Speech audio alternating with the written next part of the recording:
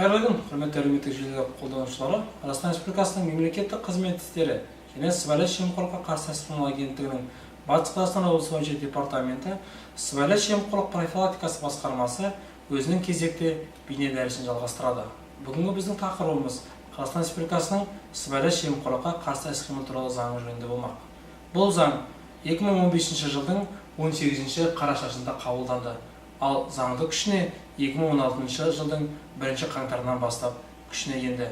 Құрметті әлеуметтік желі қолданушылары, егер де сіз тестілік сұрақта заң қай жылы қабылданды деп келетін болса, онда ол 2015 жылдың 18 қарашасында қабылданғанын ұмытпаңыздар.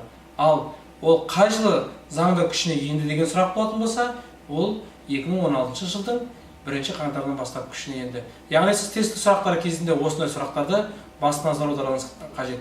Яғни заң қай жылы қабылданды, немесе қай жылы заңды күшіне енді. Құрметті әлеуметтік желі қолданушылары, біз өзіміздің кезекті дәрістерімізді келесі бейне дәрістерде жалғастыратын боламыз.